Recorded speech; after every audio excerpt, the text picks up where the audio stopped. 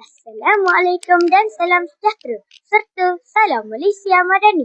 Saya Ahmad Ashraf. Saya Nurul Seratina Delisha. Saya Nakib Nazroha. Dan saya Nur Ilya Damia. Kami mewakili Sekolah Kebangsaan Bukit Durian mengambil kesempatan untuk mengucapkan Selamat Hari Raya Aidilfitri. Maaf zahir dan batin.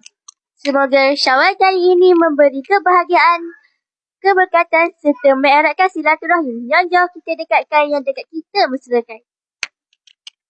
Alhamdulillah, kita diberi kesempatan untuk menyambut Hari Raya Aidilfitri bersama keluarga serta sanak saudara pada tahun ini.